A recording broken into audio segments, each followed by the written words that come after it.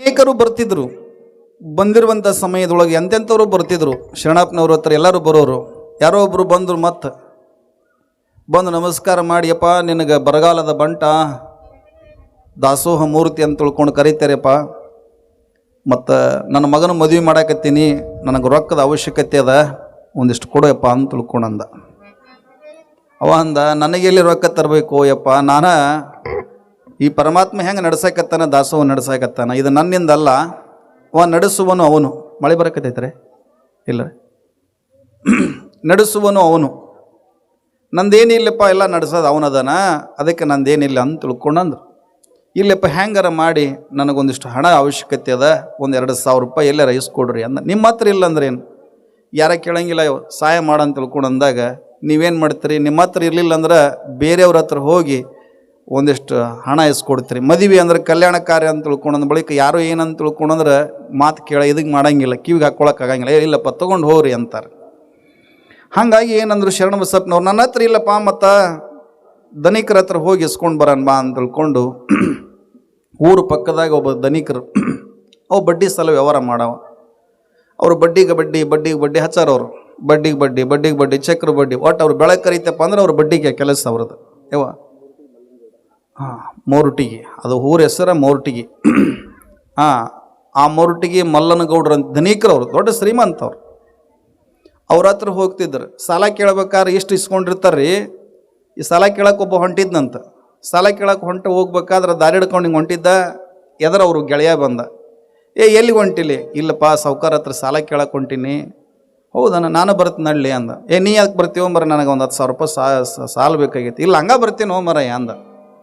ಸಾವ್ಕಾರ ಕಟ್ಟಿ ಮೇಲೆ ಕುತ್ಕೊಂಡಿದ್ದ, ಕುರ್ಚಿ ಮೇಲೆ ಕುತ್ಕೊಂಡಿದ್ದಂತ ಸಾವ್ಕಾರ. ಇವ ಸಾಲ ಕೇಳಕ್ಕೆ ಹೋಗಿದ್ನಲ್ಲ, ಓದೋನೋ ಸಾವ್ಕಾರನ ಕಾಲಿಗೆ ಬಿದ್ದ. ಸಾವ್ಕಾರ 10,000 ರೂಪಾಯಿ ಕೊಡ್ರಿ ಅಂದ. 10,000 ರೂಪಾಯಿ ಕೊಡ್ರಿ ಅಂತ ತಿಳ್ಕೊಂಡು 1 ಸಲ ಕಾಲಿಗೆ ಬಿದ್ದ, 2 ಸಲ ಕಾಲಿಗೆ ಬಿದ್ದೀನಿ ರೀ, 3 ಸಲ ಕಾಲಿಗೆ ಬಿದ್ದ, 4 ಸಲ ಕಾಲಿಗೆ ಬಿದ್ದ. ಅವ ಹಿಂದಿದ್ದವೇನಂದ, ಲೇ ಸಾವ್ಕಾರನ ಕಾಲಿಗೆ ಯಾಕೆ ಬೀಳ್ತಿಲ್ಲ, ಅವನು ಪುಷಟೆ ಕೊಡ್ತಾನೆ, ಬಡ್ಡಿ ಕೊಡ್ತಾನೆ ಲೇ ಅವ ಅಂತ ತಿಳ್ಕೊಂಡು ಅವ ಅಂದ. ಹಿಂಗೆ 10 ಸಲ ಕಾಲಿಗೆ ಬಿದ್ದೀನ್ರಿ ಅವ. 10 ಸಲ ಕಾಲಿಗೆ ಬಿದ್ದ. ಹುಡುಗನ ಹಿಂದಿದ್ದವು ಗೆಳೆಯ ಅಂದಲೇ, ಅವು ಏನು ಪುಕ್ಷಟೆ ಕೊಡಲ್ಲ, ಬಡ್ಡಿ ಸಲ ಕೊಡ್ತಾನೆ, ಅವಾಗ ಯಾಕೆ ಕಾಲಿಗೆ ಬೀಳ್ತಿ ಅಂತ ತಿಳ್ಕೊಂಡು ಹೇಳಕತ್ತಿದ. ಸುಮ್ಮನಿರ್ಲೆ, ನಿನಗೇನು ಗೊತ್ತೈತೆ, ನಾನು 10 ಸಲ ಕಾಲಿಗೆ ಬಿದ್ದು 10,000 ರೂಪಾಯಿ ಇಸ್ಕೊತೀನಿ, ಅವನು ನನ್ನ ಕಡೆಗೆ ಇಸ್ಕೋಬೇಕಾದ್ರೆ 100 ಸಲ ಕಾಲಿಗೆ ಬೀಳ್ಬೇಕಲೇ ಅವ ಅಂದವ. ಹಂಗೆ ಅನ್ನೋದ್ರಾಗ ಅವ ಹಿಂದಿದ್ದವ ಅವ ಏನು ಅನ್ಬೇಕು, ನಾನು 10 ಸಲ ಕಾಲಿಗೆ ಬೀಳುತ್ತೆ, ನನಗೊಂದು 10,000 ಇಸ್ಕೊಡು ಅಂದವ. ಕಾಲಿಗೆ ಬಿದ್ದು 10,000 ಹಣ ಇಸ್ಕೊಂಡು ಹೋಗ್ತಾರ, ಹೊಳ್ಳಿ ಕಾಲಿಗೆ ಬೀಳ್ಬೇಕು ಅವ್ರು, ರೊಕ್ಕ ಕೊಟ್ಟವ್ರು. ಯಪ್ಪ ಬಡ್ಡಿ ಬೇಡ, ನಮ್ಗೆ ಹಸಲ ಕೊಡು.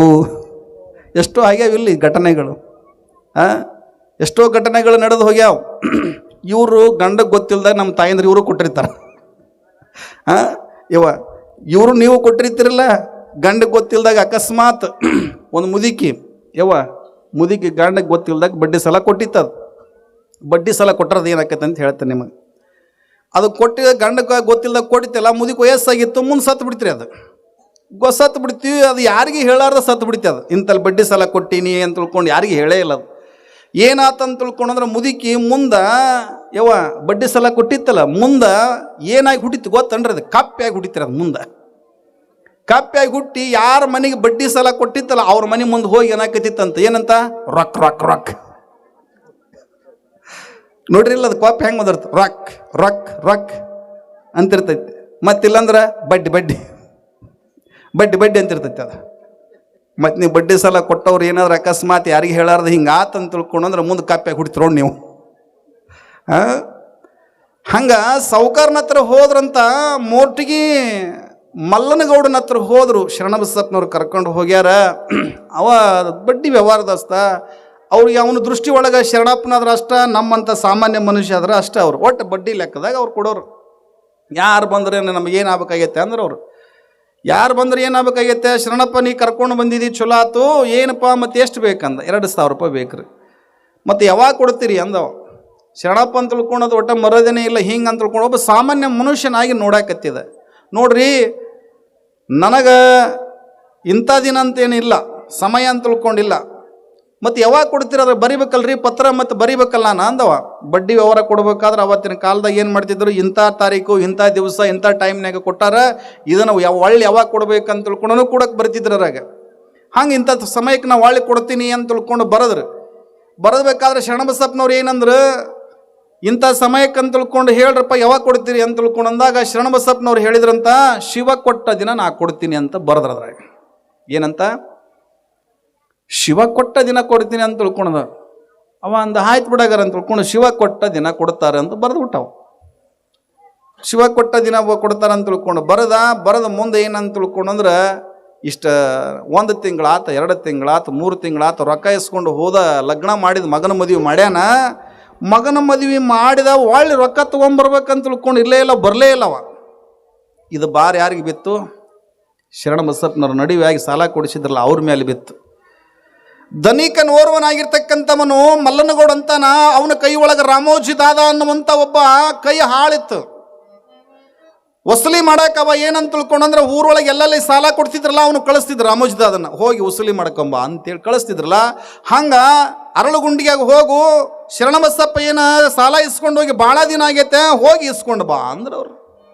ಇಸ್ಕೊಂಡು ಬಾ, ಹಂಗ ಬರಬೇಡ, ನೀ ಸಾಲ ಇಸ್ಕೊಂಡು ಬಂದ್ರೆ ನಿನಗೆ ಪಗಾರ ಇಲ್ಲಾಂದ್ರೆ ಕೊಡಂಗಿಲ್ಲ ಅಂದವ.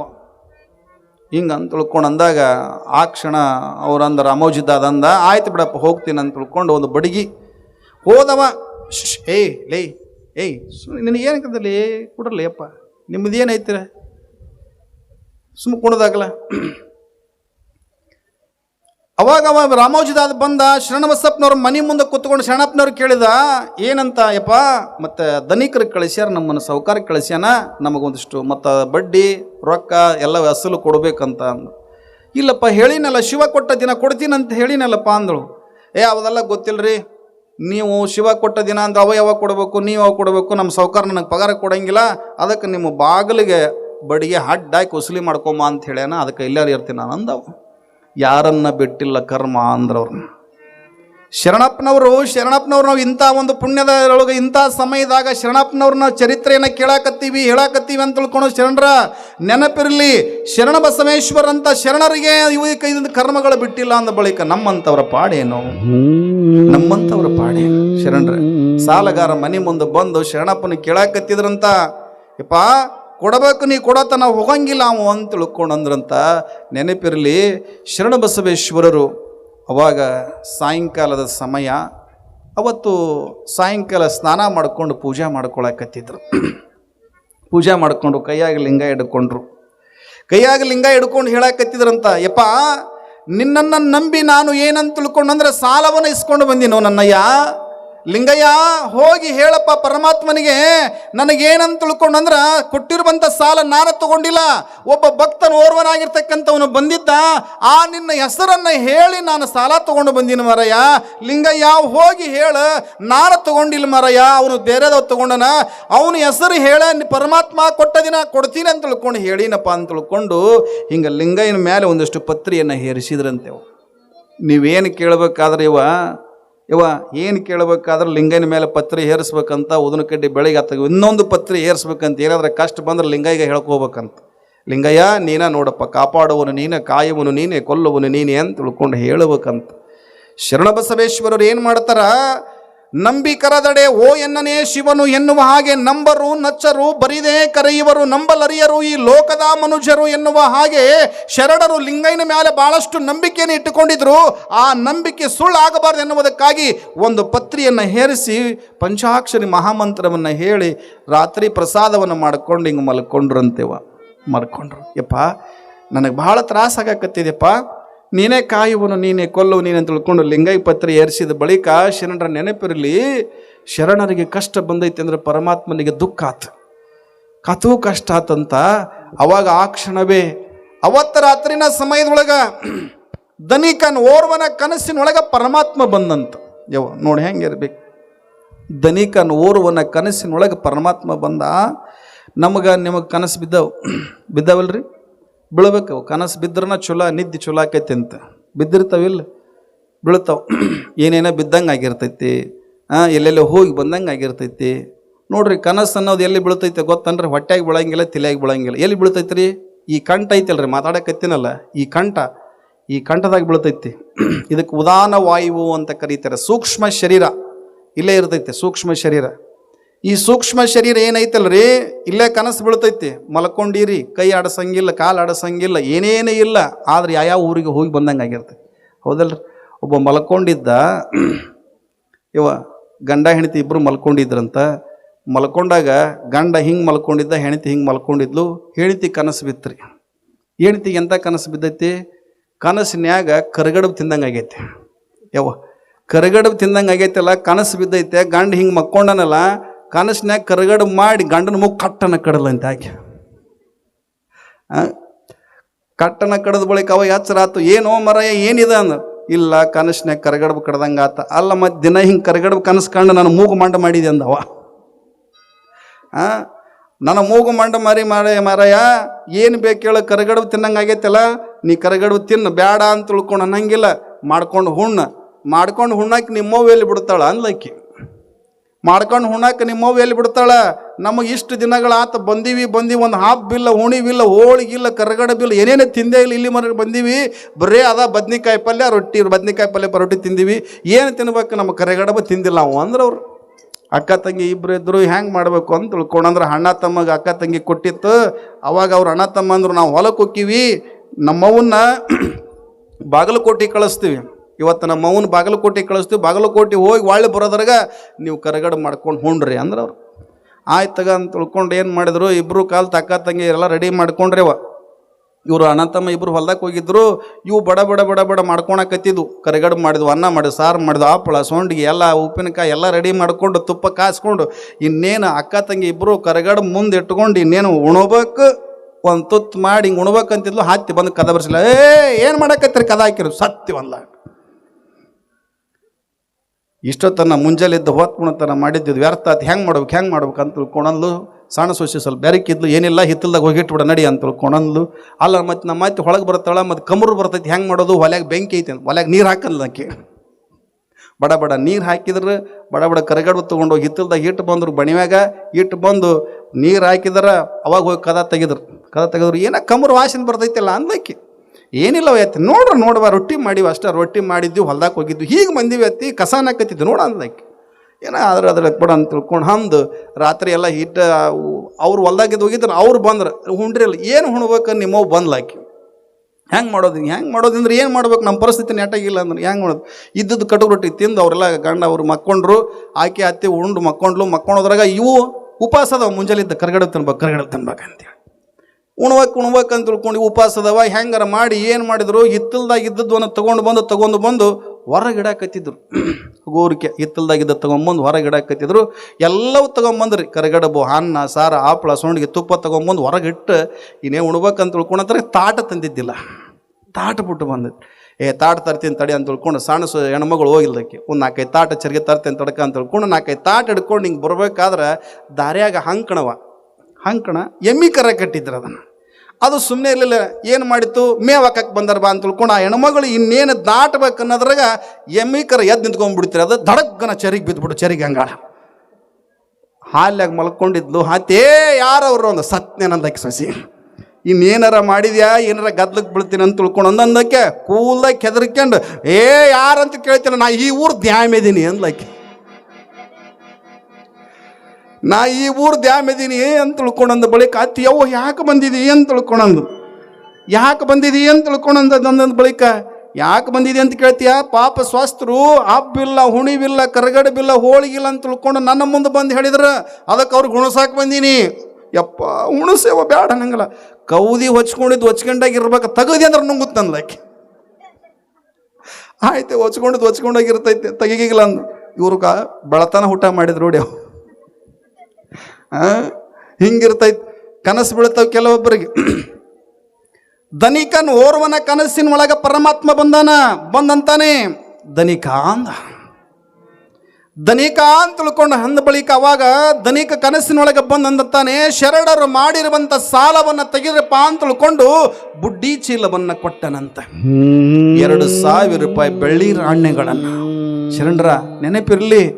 2,000 ರೂಪಾಯಿ ಬೆಳ್ಳಿ ನಾಣ್ಯಗಳನ್ನು ಕೊಟ್ಟು ತಲೆದಿಂಬತ್ರ ಇಟ್ಟು 2,000 ರೂಪಾಯಿ ಹಣ 2,000 ರೂಪಾಯಿ ಹಣ ಬಡ್ಡಿ ಸಮೇತ ಇಟ್ಟು ಮತ್ತು ಕಾಗದ ಪತ್ರ ಬರೆದಿದ್ರಿವ.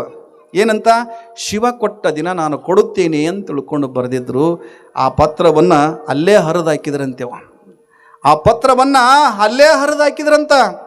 ಅಲ್ಲೇ ಹರಿದಾಕಿ ಏನಂತ ತಿಳ್ಕೊಂಡು ಅಂದ್ರೆ, ಅವಾಗ ಮುಂಜಾನೆ ಎದ್ದೇಳ್ತಾನ ಸಾಹುಕಾರ, ಎದ್ದು ನೋಡ್ತಾನ ಕನಸು ನಿಜವಾಗಿತ್ತು. ಕನಸಿನಲ್ಲಿ ಬಂದಿದ್ದು ಪರಮಾತ್ಮ ಶರಣರು ಮಾಡಿರುವಂಥ ಸಾಲವನ್ನು ತೀರಿಸಿ ಹೋಗಿದ್ದ ಪರಮಾತ್ಮ. ಅದಕ್ಕೆ ನೆನಪಿರಬೇಕು. ಏನಂತ ಅಂತ ತಿಳ್ಕೊಂಡಂದ್ರೆ, ಶರಣರ ನೆನಪಿರಬೇಕು. ನಾವು ಏನಂತ ತಿಳ್ಕೊಂಡಂದ್ರೆ, ಭಕ್ತಿಯನ್ನು ಮಾಡಬೇಕಾದ್ರೆ ನಾವು ದೇವನ ಹಾಳಾದ್ವಿ ಅಂತ ತಿಳ್ಕೊಂಡಂದ್ರೆ, ದೇವರ ಹಾಳ ನಾವಾದ್ವಿ ಅಂತ ತಿಳ್ಕೊಂಡಂದ್ರೆ, ಪರಮಾತ್ಮನೇ ನಮ್ಮ ಹಾಳಾಗಿ ಬಂದು ನಮ್ಮ ಕೆಲಸವನ್ನು ಮಾಡಿ ಹೋಗ್ತಾನ ಅಂತ ತಿಳ್ಕೊಂಡಂತಾರ.